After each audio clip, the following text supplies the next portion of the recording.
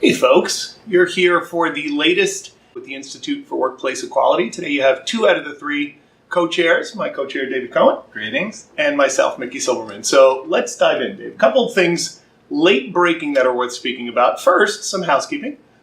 We are proud that we are hosting a conference in Denver, my hometown, in just about 2 months or so. October 3rd and 4th, it will be our 2-day compliance conference. We expect to have OFCCP and other government leadership representatives there to present. We'll also have our all-star faculty to talk about some significant developments and changes with OFCCP, EOC, pay equity, and in other areas of equal employment opportunity. We'd love to see you in Denver, October 3rd and 4th. Dave, in addition to a number of recent developments coming out of the ILG conference, there are 2 very recent directives. And if you could take us through the first of the 2, which has to do with focused reviews. Yeah, we actually heard a little bit about this at the NILG conference. Craig Lean, the acting director of OFCCP, talked about in 2019 taking the scheduling list and pulling out some of those establishments for what are called focus reviews. And I think what they're going to do is say, okay, these reviews are going to be 503 reviews, these are going to be VEVRA reviews, these are going to be 11246 reviews, and they are going to be focused. Now, the one thing we don't know is there going to be a different scheduling letter?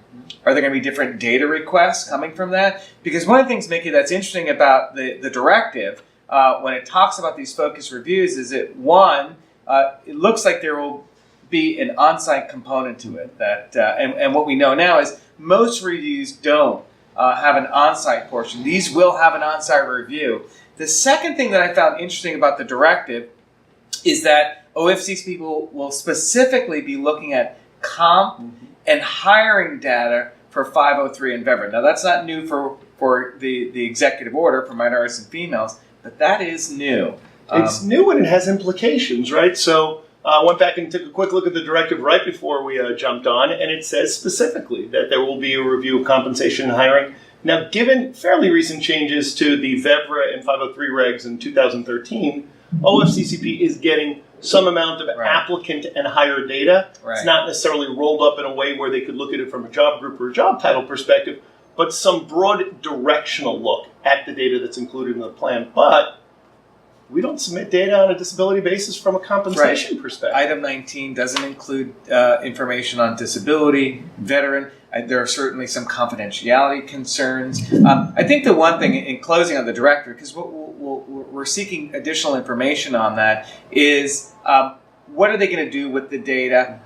And I think what Craig Lean did say is they're not going to be looking at that data to say you're discriminating. They're going to be using it to evaluate, to determine whether or not there are some areas of opportunity. So stay tuned for more on that. But there was a second directive released last week on religious exemptions. So talk about that. And it's interesting, both you and I were at the recent conference, and there was quite a lot of talk about the focused review.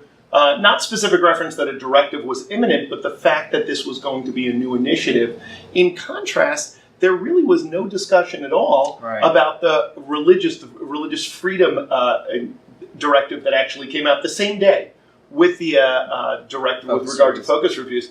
And the religious freedom directive, in essence, captures what already is the law, but has been clarified in 2 recent Supreme Court cases, in a directive from the Department of Justice, and also an executive order from President Trump, all saying more or less the same thing, which is, while equal employment opportunity is a critical right, there needs to be a balance and an awareness of sincere religious beliefs. And where there is tension between equal employment opportunity and sincere religious beliefs, that balance needs to be struck. It doesn't automatically go in favor of equal employment opportunity. Right. And the directive, in essence, says compliance officers should take into account those sincere religious beliefs and the impact that they have with respect to contractors and how they conduct their employment processes.